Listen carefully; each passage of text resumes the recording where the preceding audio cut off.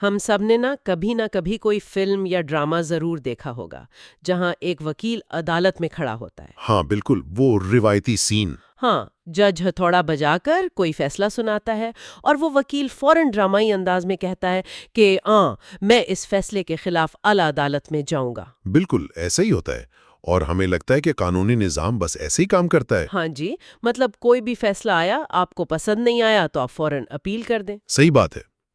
لیکن آج کے اس تفصیلی نشست میں یا جو ہماری ڈیپ ڈائیو ہے، اس میں ہم جن دستاویزات کو کھنگالنے والے ہیں، انہوں نے قانون کے بارے میں میری اس روایتی اور فلمی سوچ کو بالکل الٹ کر رکھ دیا ہے۔ اچھا؟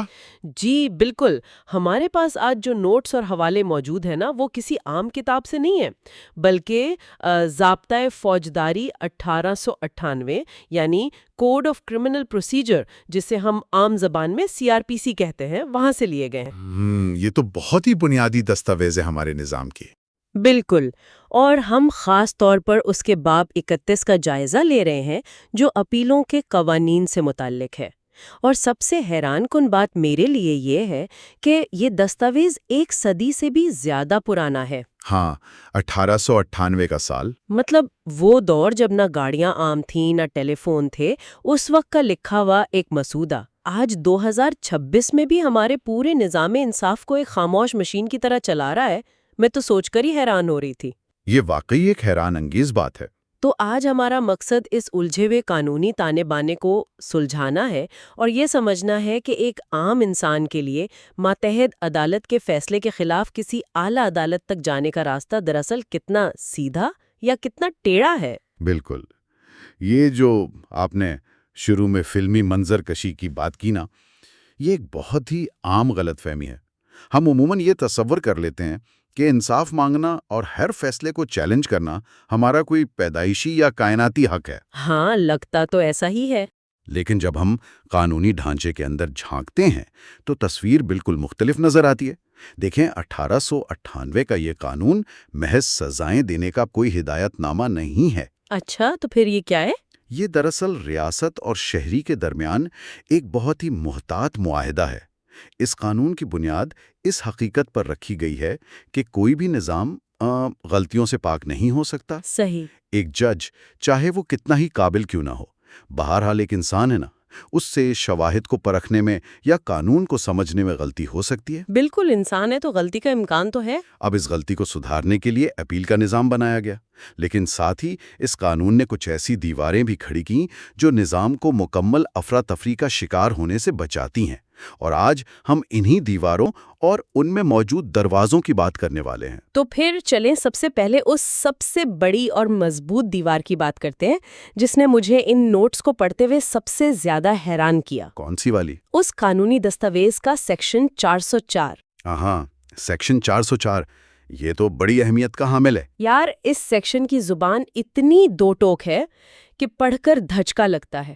یہ صاف کہتا ہے کہ کسی بھی مجرمانہ عدالت یعنی کرمنل کورٹ کے فیصلے یا حکم کے خلاف اس وقت تک اپیل نہیں کی جا سکتی جب تک کہ اس ضابطے یا کسی اور رائج الوقت قانون میں اس کی واضح، اور میں لفظ واضح پر زور دے رہی ہوں، اجازت نہ دی گئی ہو۔ بالکل واضح الفاظ میں۔ مطلب جب تک قانون خود انگلی پکڑ کر نہ کہے کہ ہاں بھائی اس مخصوص معاملے میں اپیل دائر کرو، تب تک کسی کے پاس اعلیٰ عدالت جانے کا کوئی حق نہیں۔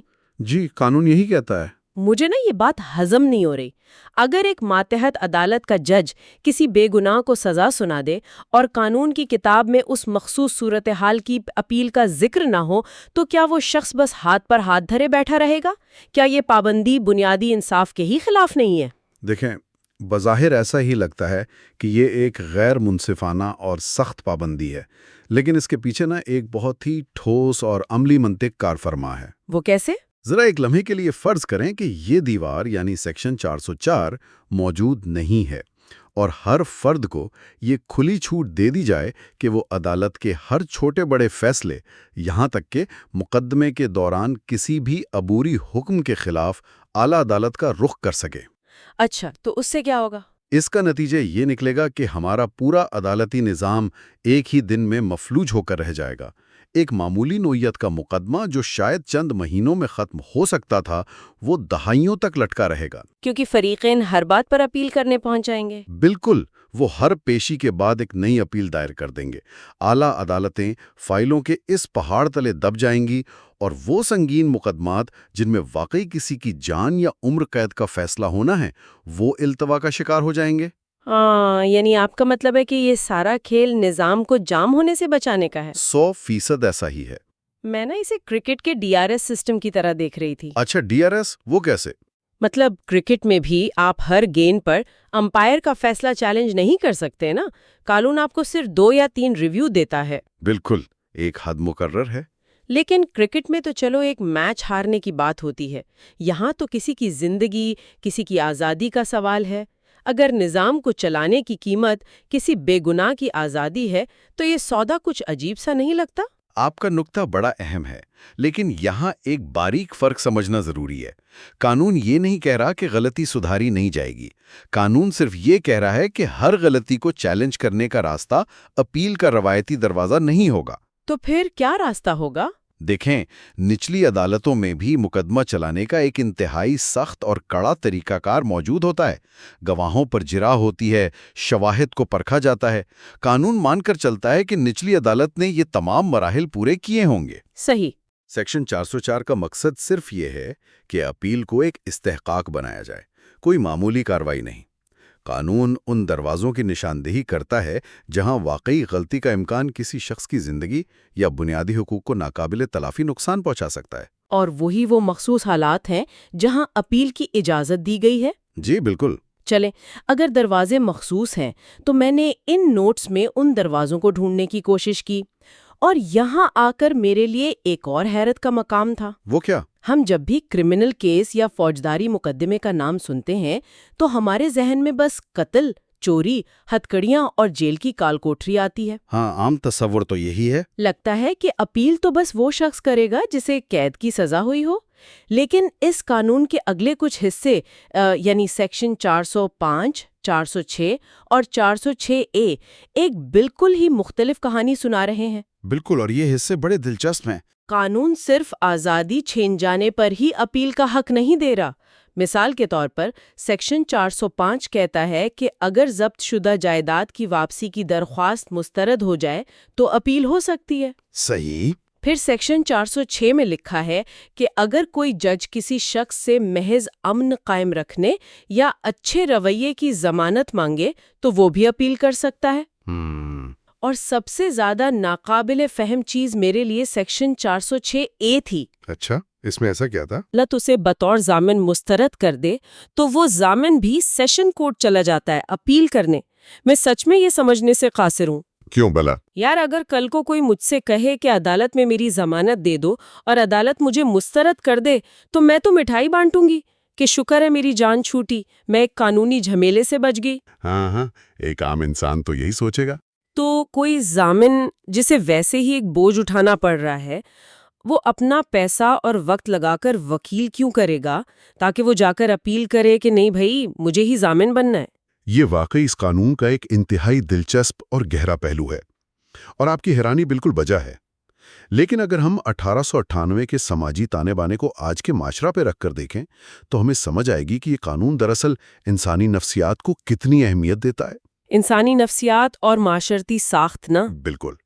ضامن کا مسترد ہونا کوئی معمولی کاغذی کارروائی نہیں ہے۔ جب ایک عدالت کسی کو ضامن کے طور پر مسترد کرتی ہے تو وہ عموماً اس بنیاد پر ہوتا ہے کہ یا تو وہ شخص معتبر نہیں ہے یا اس کی مالی حیثیت اتنی مستحکم نہیں ہے کہ وہ گارنٹی دے سکے۔ تو اس سے فرق کیا پڑتا ہے؟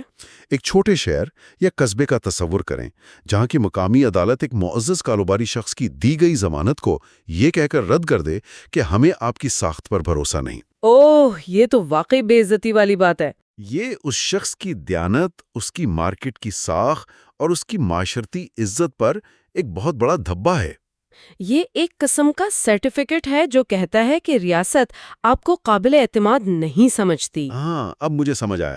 مطلب یہ صرف ایک قانونی کارروائی کا حصہ بننے کی ضد نہیں ہے، یہ دراصل اپنی عزت نفس اور معاشرے میں اپنی پوزیشن واپس لینے کی جنگ ہے۔ بالکل ایسا ہی ہے، اور یہی اصول باقی سیکشنز پر بھی لاگو ہوتا ہے۔ اچھا، جیسے وہ اچھے رویے کی ضمانت والا سیکشن؟ جی، جب مجسٹریٹ کسی سے اچھے رویے کی ضمانت مانگتا ہے، جیسا کہ سیکشن 406 میں ہے، تو دراصل وہ اس شخص کی سماجی نقل و حرکت پر ایک سوالیہ نشان لگا رہا ہوتا ہے۔ مطلب اسے مشکوک سمجھا جا رہا ہے۔ ہاں، وہ ایک طرح سے اس پہ مجرمانہ رجحان رکھنے والے فرد کا ٹھپا لگا رہا ہوتا ہے۔ قانون سازوں کو یہ ادراک تھا کہ کسی انسان کا وقار اور اس کی جائیداد بھی اتنی ہی اہم ہے جتنی کہ اس کی جسمانی آزادی۔ یہ تو بہت گہری بات ہے۔ اگر کوئی ماتحت عدالت کسی کی جائیداد ضبط کرنے یا اسے معاشرے میں مشکوک قرار دینے کا حکم دے رہی ہے، تو اس شخص کو یہ حق ملنا چاہیے کہ وہ کسی بڑی عدالت کے سامنے کھڑا ہو کر کہہ سکے کہ میرے ساتھ ناانصافی ہوئی ہے۔ تو ہم کہہ سکتے ہیں کہ فوجداری قانون صرف جسمانی سزاؤں کو نہیں دیکھتا، بلکہ وہ فرد کے سماجی حقوق کا بھی محافظ ہے۔ جی، یہ اس بات کا ثبوت ہے۔ یہ ایک زبردست پہلو ہے۔ قانون صرف جیل کے تالے نہیں دیکھ رہا، وہ معاشرے کے تانے بھی دیکھ رہا ہے۔ بالکل صحیح الفاظ استعمال کیے آپ نے۔ اب ان مخصوص اور دلچسپ حالات کو سمجھنے کے بعد میرے ذہن میں جو اگلا سوال ابھرتا ہے وہ یہ ہے کہ اپیل لے کر جانا کس کے پاس ہے؟ ہاں، یہ ایک بڑا اہم مرحلہ ہے۔ ان نوٹس میں عدالتوں کی ایک پوری درجہ بندی یا جسے ہائرارکی کہتے ہیں وہ بڑی تفصیل سے دی گئی ہے، جو سیکشن 408 سے لے کر 410 تک پھیلی ہوئی ہے۔ جی، قانون باقاعدہ بتاتا ہے کہ کون سی درخواست کس میز پر جائے گی۔ مثال کے طور پر سیکشن 408 کہتا ہے کہ اسسٹنٹ سیشن جج یا جوڈیشل میجسٹریٹ اگر کوئی سزا سنائے گا تو اپیل سیشن کورٹ میں جائے گی۔ اور پھر سیکشن 409 ایک قدم اور آگے جاتا ہے۔ وہ کہتا ہے کہ سیشن کورٹ کے اندر بھی یہ اپیل سیشن جج، ایڈیشنل سیشن جج یا اسسٹنٹ سیشن جج سن سکتا ہے، لیکن وہاں ایک بریکٹ لگا کر شرط رکھ دی گئی ہے۔ کون سی شرط؟ کہ اسسٹنٹ سیشن جج صرف سیکنڈ یا تھرڈ کلاس میجسٹریٹ کی سزاؤں کی اپیل سنے گا۔ اور پھر سیکشن 410 کے مطابق اگر سیشن جج یا ایڈیشنل سیشن جج کوئی سزا سنائے گا تو اپیل سیدھی ہائی کورٹ جائے گی۔ بالکل، یہ پورا ایک نظام وضع کیا گیا ہے۔ میں جب اسے پڑھ رہی تھی تو مجھے اپنا کارپوریٹ دفتر یاد آ گیا۔ اچھا، وہ کیوں؟ وہاں بھی بالکل ایسا ہی ہوتا ہے نا۔ اگر مجھے کوئی مسئلہ ہے تو میں سیدھا سی ای او کے دروازے پر نہیں جا سکتی، مجھے پہلے اپنے لائن مینیجر پھر مڈل مینجمنٹ کے پاس جانا پڑتا ہے۔ جی، وہ تو ہر بڑے ادارے کا طریقہ کار ہوتا ہے۔ لیکن قانونی نظام میں کیا اس کارپوریٹ سی ڈی کی واقعی ضرورت ہے؟ کیا اس کا سیدھا سا مطلب یہ نہیں کہ ہم انصاف کے راستے میں خود جان بوجھ کر سپیڈ بریکر لگا رہے ہیں؟ مجھے نہیں لگتا کہ ہم اسے سپیڈ بریکر کہہ سکتے ہیں۔ لیکن ایک شخص کو انصاف چاہیے اور ہم اسے دفتروں کے چکر لگوا رہے ہیں، پہلے مجسٹریٹ پھر سیشن کورٹ پھر ہائی کورٹ۔ یہ سست عمل نہیں ہے؟ یہ ایک بہت عام تنقید ہے جو قانونی درجہ بندی پر کی جاتی ہے، اور سطح پر یہ بات ٹھیک بھی لگتی ہے، لیکن اگر ہم اس پورے نظام کے ڈھانچے کا تجزیہ کریں نا، تو یہ سیڑھیاں انصاف کو سست کرنے کے لیے نہیں بلکہ اسے مؤثر بنانے کے لیے لگائی گئی ہیں۔ مؤثر؟ وہ کیسے؟ آپ کی کارپوریٹ دفتر والی مثال میں تھوڑی سی ترمیم کرتے ہیں۔ اگر کمپنی کا ہر ملازم، چاہے اسے دفتر کے وائی فائی کی شکایت ہو یا چائے کی پتی ختم ہونے کی، وہ سیدھا سی ای او کے پاس جانے لگے تو کیا کمپنی اپنا اصل کام کر پائے گی؟ قطعی نہیں، سی ای او تو پاگل ہو جائے گا۔ بالکل۔ اسی طرح قانون میں ہر عدالت کا ایک مخصوص دائرہ کار اور مہارت ہوتی ہے۔ تو کیا چھوٹے مقدمات کے لیے الگ عدالتیں ہیں؟ جی، اگر ایک تھرڈ کلاس مجسٹریٹ جو انتہائی معمولی نوعیت کے جرائم، مثلا چھوٹی موٹی چوری یا ٹریفک کے سنگین مسائل دیکھتا ہے، اس کے فیصلے کی اپیل براہ راست ہائی کورٹ میں جانے لگے، تو پھر کیا ہوگا؟ تو ہائی کورٹ کا بینچ جسے آئین کی تشریح اور قتل جیسے سنگین مقدمات سننے ہیں، وہ تو انہی چھوٹے معاملات میں الجھ کر رہ جائے گا نا۔ ہاں، بات تو آپ کی ٹھیک ہے، لیکن پھر بھی یہ شرط کیوں رکھی گئی کہ اسسٹنٹ سیشن جج صرف سیکنڈ یا تھرڈ کلاس مجسٹریٹ کی اپیل سنے گا؟ یہ تو ایسا لگتا ہے جیسے قانون ججوں کے درمیان بھی کوئی کلاس سسٹم بنا رہا ہے۔ دیکھیے، یہ کلاس سسٹم نہیں ہے بلکہ تجربے اور مہارت کا تسلیم کیا جانا ہے۔ مطلب سینیورٹی کی بنیاد پر؟ جی، قانون کا ایک بہت بنیادی اصول ہے کہ اپیل سننے والا جج اس جج سے تجربے، علم اور عہدے میں بالاتر ہونا چاہیے جس نے فیصلہ سنایا ہے۔ اچھا۔ سیکشن 409 دراصل اسی اصول کو نافذ کر رہا ہے۔ وہ یقینی بنا رہا ہے کہ ابتدائی فیصلے کا جائزہ وہ شخص لے جس نے خود اس کرسی پر بیٹھ کر کئی سال فیصلے کیے ہوں۔ صحیح، یہ منطقی لگتا ہے۔ مزید یہ کہ اس قانون میں صوبائی حکومت کا ایک اہم کردار بھی وضع کیا گیا ہے، جو یہ طے کر سکتی ہے کہ ایڈیشنل سیشن جج کون سی مخصوص اپیلیں سنے گا۔ تو یہ پوری درجہ بندی دراصل ایک چھلنی کی طرح کام کرتی ہے۔ ایک فلٹر کی طرح؟ بالکل، تاکہ اوپر کی عدالتوں تک صرف وہ معاملات پہنچیں جن میں واقعی کوئی پیچیدہ قانونی نقطہ شامل ہو، اور نچلی سطح کے معاملات اسی سطح کے تجربہ کار جج بروقت نمٹا سکیں۔ چلے میں آپ کی بات مان لیتی ہوں کہ یہ چھلنی یا فلٹر ضروری ہے، لیکن پھر اچانک سے قانون خود ہی اپنی بنائی ہوئی اس درجہ بندی کو، ان سیڑھیوں کو توڑ کر رکھ دیتا ہے۔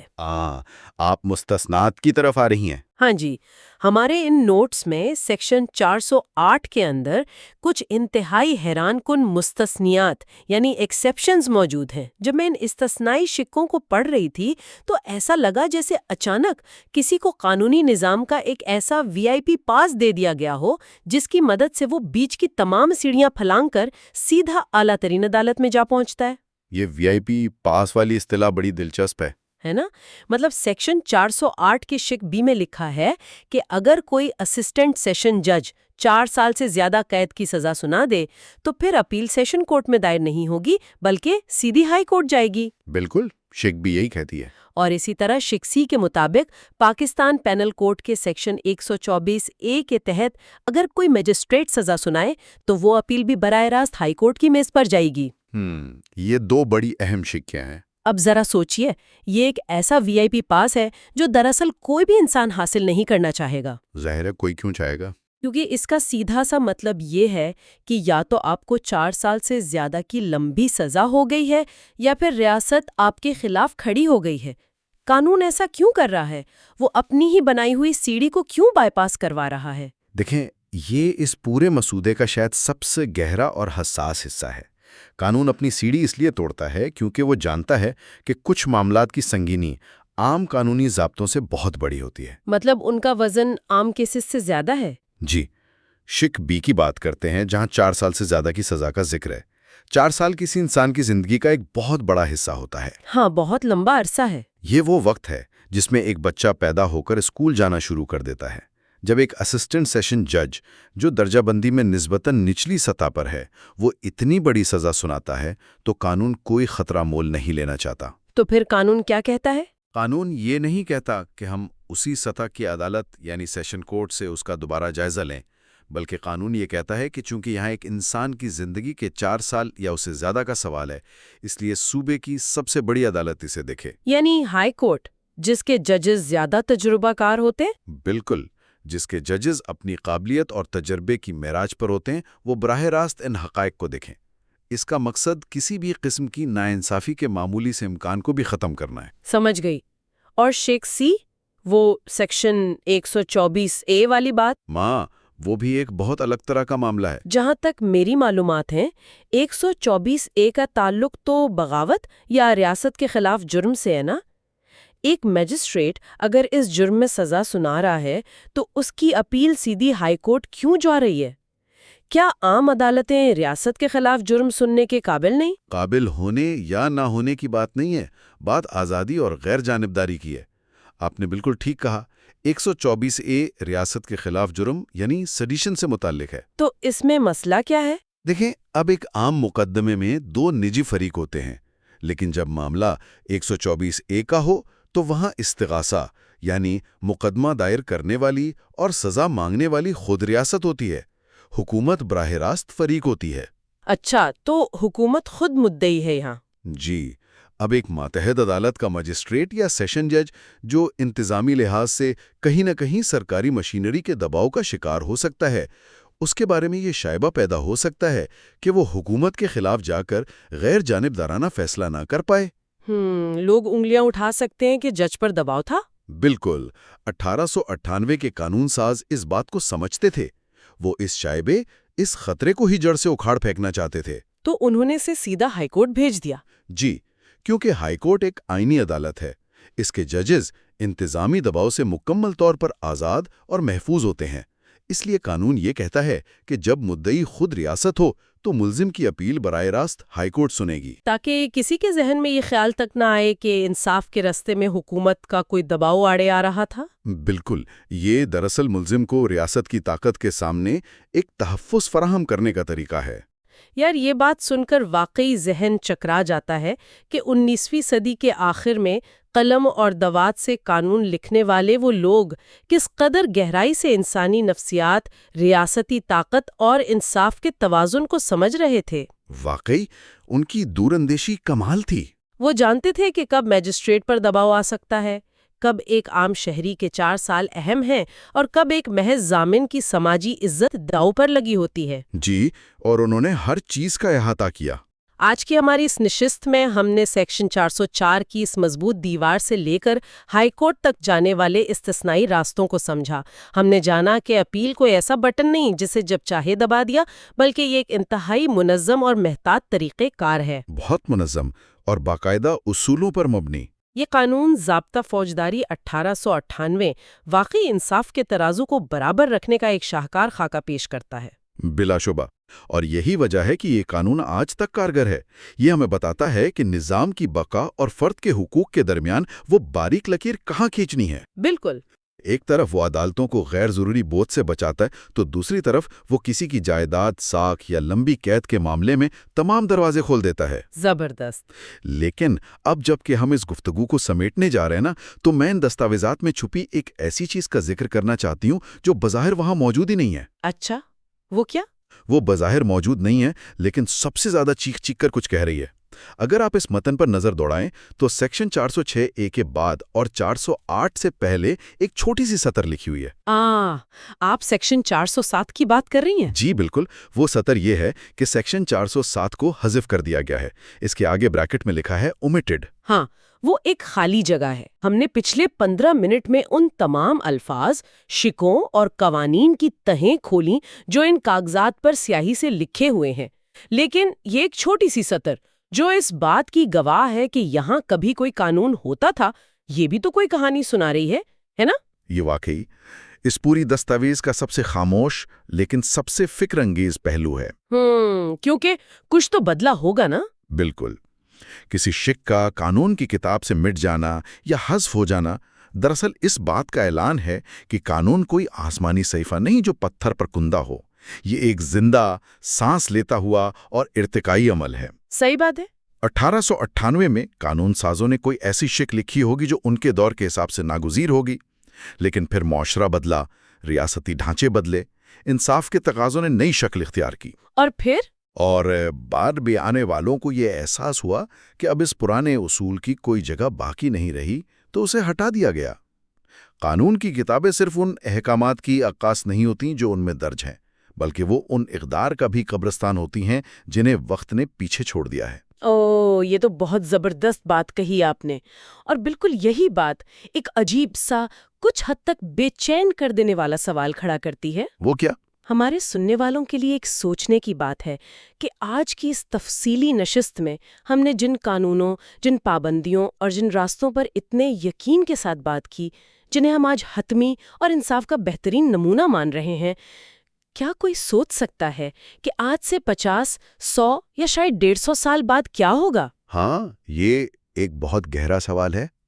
جب کوئی اور لوگ ان کتابوں کو پڑھ رہے ہوں گے تو ان میں سے کتنے سیکشنز ہوں گے جن کے آگے ایک چھوٹی سی سطر لکھی ہوگی کہ یہ حذف کر دیا گیا ہے؟ کوئی نہیں جانتا۔ کیا آج کا اٹل قانون کل کی متروک تاریخ نہیں بن جائے گا؟ یہ وہ سوال ہے جو قانون کی کتاب بند کرنے کے بعد بھی ذہن میں دستک دیتا رہتا ہے کہ انصاف کی تلاش کا یہ سفر کبھی کسی ایک منزل پر ختم نہیں ہوتا، بس اس کی راہیں اور اس کے مسافر بدلتے رہتے ہیں۔ You are watching Legal Gupshup and GK with MD, your source for legal, historical, and breaking news. Don't forget to like, subscribe, and share for more informative content.